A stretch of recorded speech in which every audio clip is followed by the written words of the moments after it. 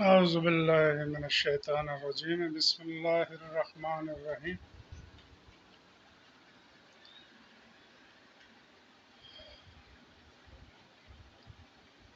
बल्दिया factory के case में आखिर बला आखिर जो 2012 में वो वाक़या हुआ था, आज 2023 में जाके हाई कोर्ट में फ़ैसला हुआ है। मतलब सेकंड स्टेज है ये। सेशन कोर्ट में हुआ, वहाँ से मुजरमान को सज़ाएँ हुई और हाई कोर्ट में आया, हाई कोर्ट में चला। अब तकरीबन आप समझ लेंगे 10 से 11 साल जो है इसमें लगे हैं, यहाँ तक इसमें सुप्रीम कोर्ट है। दो मुजरमान जो नॉन मुजरम थे उनको सज़ाए मौत हुई है, बाकियों की जो है कर्टेल की कुछ की। अच्छा, ये तो एक ड्यू प्रोसेस है ना, लेकिन उसके अगेंस्ट जो अभी मुजरम मुजरमान या मुजरमों के जो जो सपोर्ट में निकल आई है एक पार्टी जिसकी हिस्ट्री है, जिसमें सारे जो है वो लॉन्ड्री में धुला के एक जगह इकट्ठे करके बैठा दिए गए, इनकी हिस्ट्री है।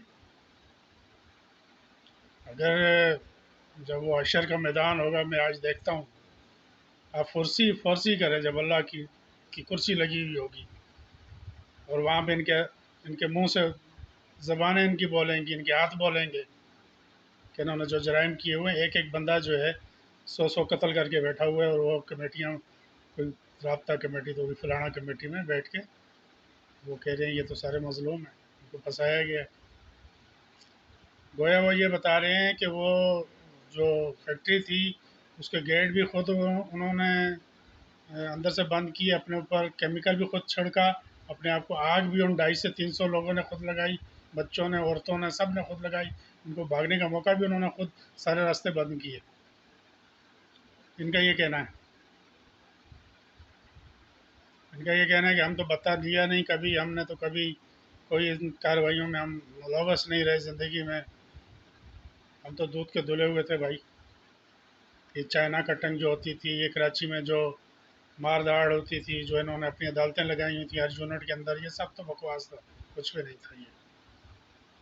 अंधे हो तुम, बाकी 2.5 करोड़ 3 करोड़ तुम अंधे हो, बहरे हो, गूंगे हो, तुम्हें तुम्हें कुछ पता नहीं है। हम बता रहे हैं हमारे साथ जुल्म हुआ है।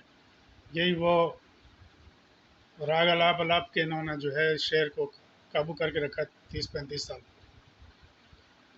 वो बड़े मजबूर, हमें तो जुल्म है, हमारे साथ तो ज्यादती हुई है, हमें सुना नहीं गया, 12 साल तुम्हें सुना ही नहीं गया। वहाँ बैठ के इनकी शक्लों पे आप देख लो, आपको उनके चेहरों पे नजर आएगा, जब ये बोल रहे होते हैं उनके चेहरों पे आप देख सकते हो कि कितने सच्चे हैं ये। उसके बाद वो क्लिप्स चलाए जा रहे हैं मुजरमीन के, जब कोई बेल पे होंगे किसी वक्त के, सोशल मीडिया पे चल रहे हैं हमारे साथ जुल्म हुआ है, हमें JIT ने हमें जो है तशद्दुद करके हमसे बयान लिए थे और ये किया था। JIT के तशद्दुद शुदा बयानात जो हैं वो तो सस्टेनेबल ही नहीं होते। ना पुलिस का बयान सस्टेनेबल होता है कोर्ट में। कोर्ट में कोई तो एविडेंस आया होगा, ये जज पागल है। अगर तुम्हारे साथ जुल्म हुआ है, अगर किसी तरफ से हुआ है, तो सुप्रीम कोर्ट तक जाएगा तो सारी चीज़ें फिल्टर आउट होती चली जाएंगी। लेकिन जो कौम कराची में निकलो, ज़रा पूछो लोगों से तुम कितने मजलूम हो। वो भी आखिर तक, वो जो इनका सहूलत मिर्जा था, आखिर वक्त तक कहता था मैंने नहीं किया जुर्म, और जेल में बैठ के जो है पूरी कराची को चला रहा था जब तक इनका गवर्नर ऊपर था। जब उसकी फांसी का दिन आया उस वक्त उसने सच बोला कि हाँ मुझसे ये हुआ, मुझसे फलां ने ये कराया, मुझसे फलां ने ये कराया। क्योंकि उस वक्त तक उसको असरत ये रखते हैं कि तेरे साथ कुछ नहीं होगा, कुछ भी नहीं, ये छूट जाएगा तो उसको उस आसरे पे वो चल रहा होता है। ये भी जब इनका पूरा राउंड ऑफ लिटिगेशन कंप्लीट होगा, आखिर में इनकी वीडियोस आ जाएंगी, हाँ हमसे हुआ था, हमसे फलाने ने कहा था, फलाने डॉक्टर ने कहा था, फलाने इंजीनियर ने हमसे ये कहा था, तो हमने ये किया था। उस वक्त तक ये भाग जाएंगे, जैसे बाबर गौरी बाहर बैठा हुआ है भाग के। एक डाइंग स्टेटमेंट एक बंदे ने दिया कि उसने मुझसे कराया ये कदम, वो आया, उसने अपना केस साफ कराया, वापस जाके बैठ गया अमेरिका में। अजीब मुल्क है यार, खुदा की कसम। अव्वल तो कोई पकड़ा ही नहीं जाता, जो पकड़ा जाए उसके साथ साथ पार्टी आके खड़ी हो गई है। अभी नहीं, इनको तो वोट भी मिलेंगे, इनको वोट देने वाले भी यही होंगे, ये मुसलमान, ताजद गुजार मुसलमान, ये रोज़े के पाबंद, ये ज़कात के पाबंद, ये हज हज करने वाले, ये बड़े बड़े पढ़े लिखे लोग, क्योंकि कराची में पढ़ा लिखा तबका रहता है ना, जाहिल तो नहीं है, वो कमी कमीन तो नहीं है जो वहाँ पे मज़ारे या आरी तो नहीं है, ये सारे देंगे उनको। क्यों? कि भाई लोग हमें फांसी तक नहीं जाने देंगे, बस ये एक हक इनका करेंगे, फांसी तक नहीं जाने देंगे, खड़े हो जाएंगे हम तो। और ये तमाशे ये नहीं करते, इनसे कराए जाते हैं।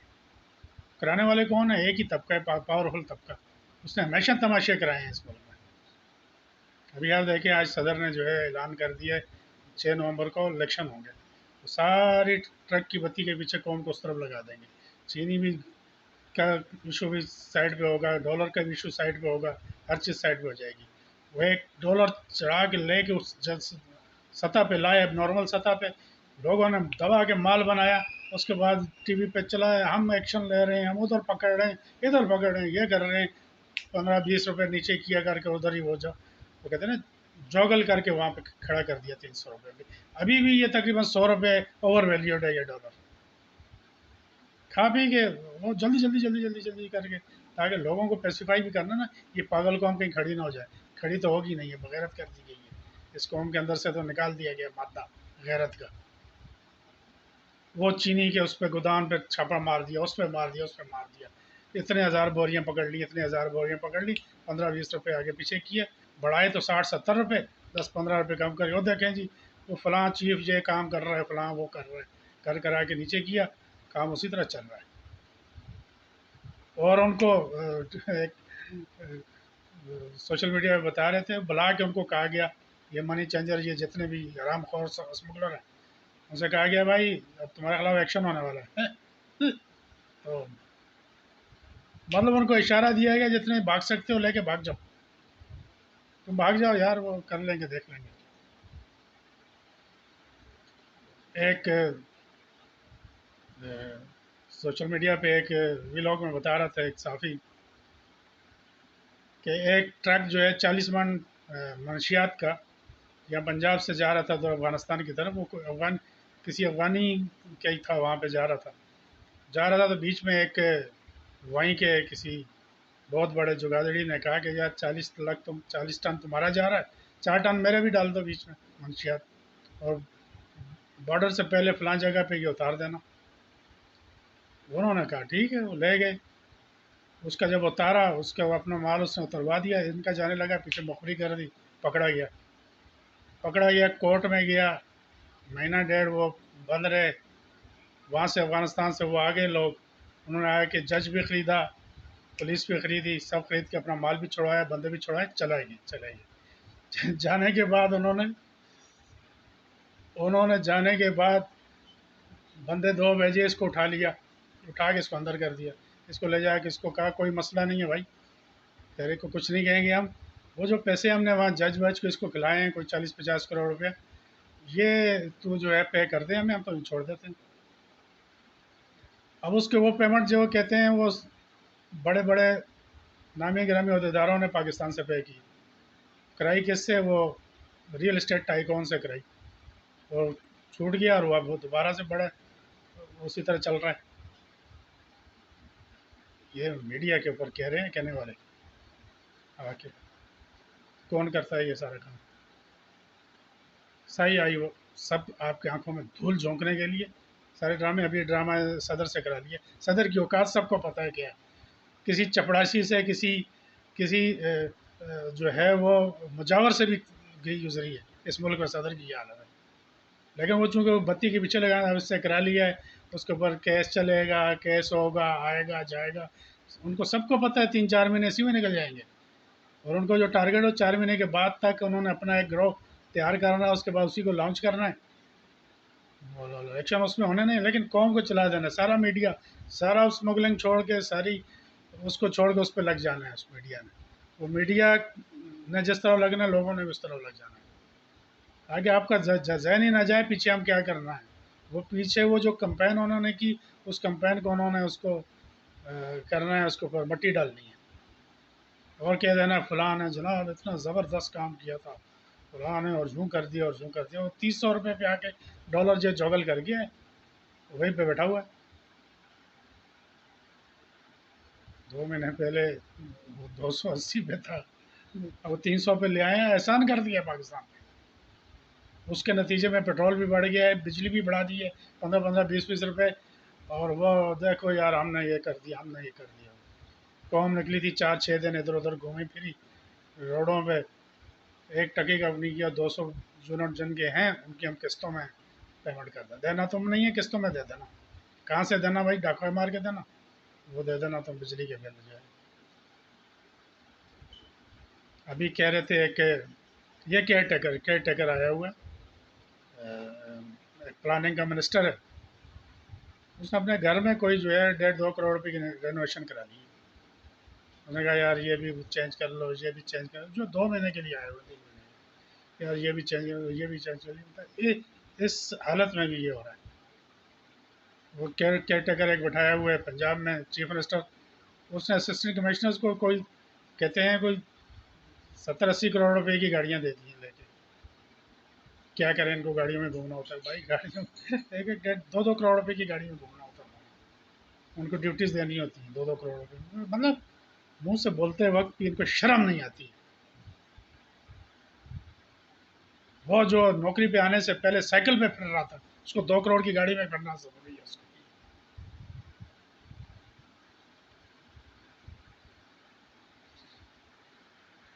दूसरा ये इशू, तीसरे अब एक वो टूल प्लाजा के ऊपर एक बंदे ने शूट किया, वो बंदा बच तो गया, उसको जख्मी था।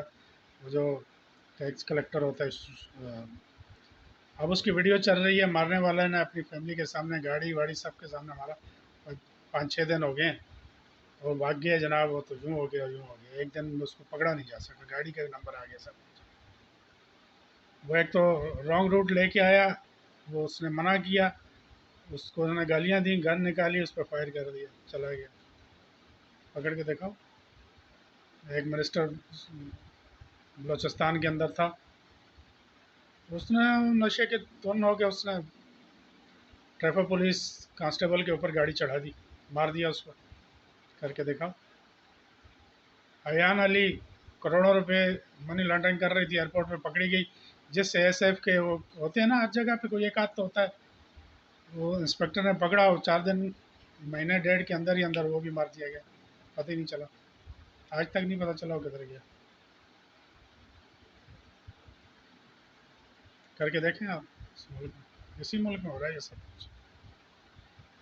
आप उड़ा दिए जाओ, आप कर दिए जाओ, भुगतो हुए जाओ, जाके भुगतो। आप थाने में जाओ, गुंडे बैठे हुए हैं, गुंडे खुदा की कसम, कि शक्लों पे देखो जिस तरह आपसे ट्रीट करेंगे वो, ऐसे ट्रीट करेंगे जैसे आप जो है आप जुर्म करके आए। शरीफ आदमी उधर जाने के लिए तैयार, उधर जाने की सोचता भी नहीं है कि अपनी कोई कंप्लेंट लॉन्च करने जाएं या कुछ करने जाएं। शक्लों पे उनकी जो है नौसत बरस रही होती है, शराब के नशे में टुन बैठे होते हैं वहाँ इंस्पेक्टर्स और एस एच ओज। उनकी शक्ल नहीं देखी जाती, और फिर जिस तरह बदतमीजी करते हैं आपके साथ, करें आप। कौन कौन पूछेगा इनको? जानबूझ के करेंगे सब। नमाजें भी चल रही हैं, हज भी चल रहे हैं, ज़कातें भी चल रही हैं, सब चीज़ें चल रही हैं, कोई नहीं पूछने वाला ही कोई नहीं। दीनी लोगों के इज्तिमात भी चल रहे हैं, वो कोई बरकत ही नहीं है ना, बरकत किस तरह हो? हर बंदा, मौलवी को भी चाहिए लैंड क्रूज़र, मौलवी ने भी लैंड क्रूज़र में या मर्सिडीज़ में उतरना है, उठना है, जाना है, बैठना है। और जो जस्टिफाई करेगा चूँकि हमारे पास पैसे हैं, तो हम उसको दिखाना तो वो पैसे का अपने ऊपर खर्च करना जो है एन इबादत है। कोई उससे पूछे भाई, ये मेंबर पे बैठ के तुम्हारे पास इतने पैसे कहाँ से आ गए?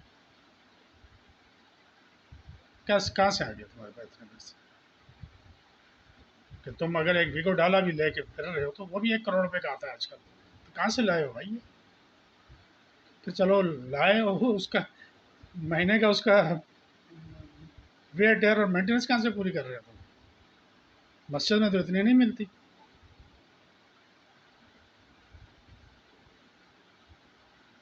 मैं अपनी मिसाल देता हूँ, 35 साल मैंने किए हैं, मैं 20 ग्रेड से मैंने रिटायरमेंट ली, 35 साल एज एन ऑफिसर मैंने काम किए, तनख्वाह भी मेरी रीज़नेबल थी। लास्ट जब मैंने छोड़ा 3 लाख से ऊपर तनख्वाह थी मेरी, 15 दिन मेरा घर नहीं चलता था, बच्चों की स्कूल की फीसें वगैरह निकाल कोई 15 दिन बाद जो है बस डब्बा खड़क जाता था, तो मैं क्रेडिट कार्ड से उसको रोल करता रहता था पैसों को, अपने खर्चों को।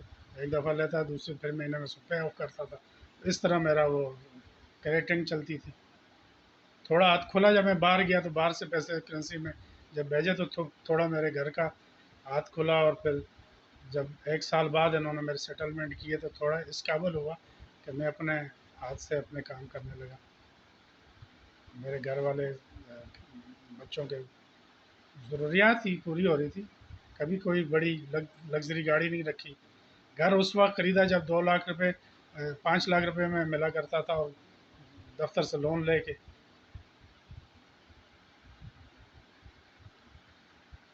हाँ, कहाँ से आपके जो बंगले बन जाते हैं? गाड़ी में कभी भी मैं 800 सीसी से बड़ी गाड़ी कभी रखी है, मैं अफोर्ड ही नहीं कर सका। उसका उसका उसका फ्यूल ही अफोर्ड नहीं कर सके। और मैं चाहता था उन सीटों पे जिनसे मैं आया हूँ, उन सीटों पे मेरे लिए मुश्किल नहीं था डिफेंस में, हर शहर के हर डिफेंस में दो दो कोठियाँ बनाना। मल्टीनेशनल ऑर्गेनाइजेशन जो है 1,000 से ज़्यादा मेरे अंगूठे के नीचे थी। मेरी एक आवाज़ पे जो है वो 90 डिग्रीज में खड़े हो जाते थे।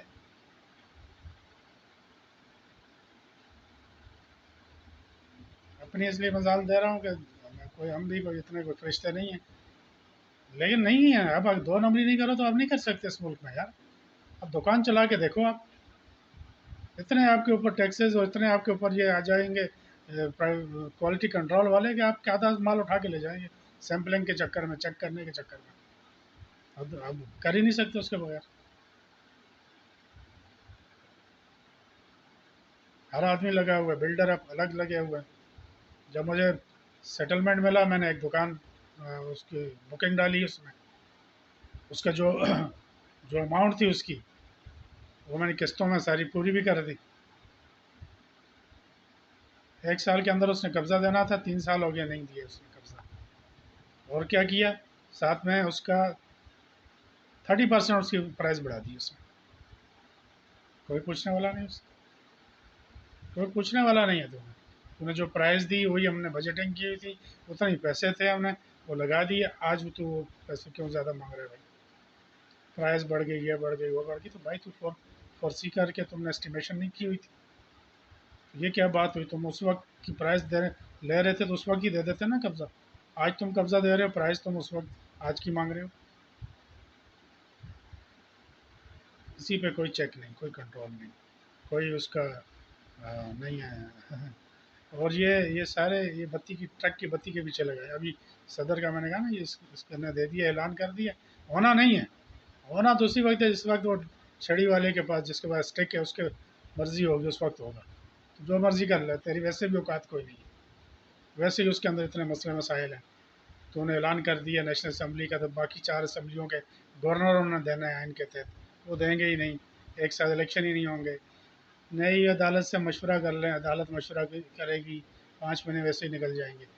उस 5 महीने तक वो खेलेंगे जिन्होंने खेलना है। एक दिन एक ही शोशा देंगे तुम्हें, वो शोशा ठप होगा, दूसरा शोशा दे देंगे। उसके बाद कोई किसी को कहेंगे उधर से वहाँ से चढ़ जाओ, और वॉर वॉर अगेंस्ट टेररिज्म जो है वो शुरू हो जाएगी, वो ख़त्म होगी। कोई और हादसा कौम के साथ करके बैठे होंगे, कौम उस तरफ लगी हुई होगी। कर लेना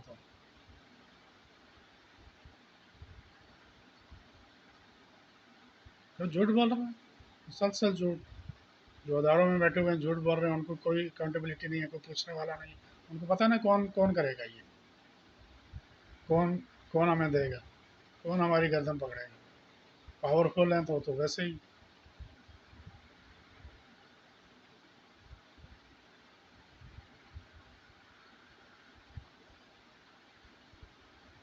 हर बार कटेगी गर्दन हुसैन की, हर बार यजीद फतेह होगा, हर बार यजीद को फतह हो रही है।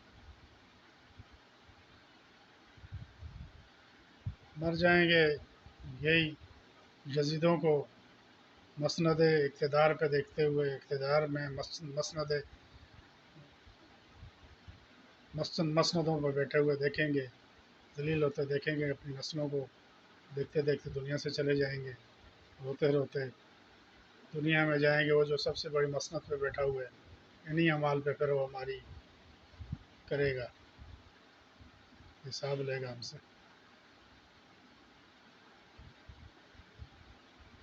वमा अलैना इल्लल बलाग।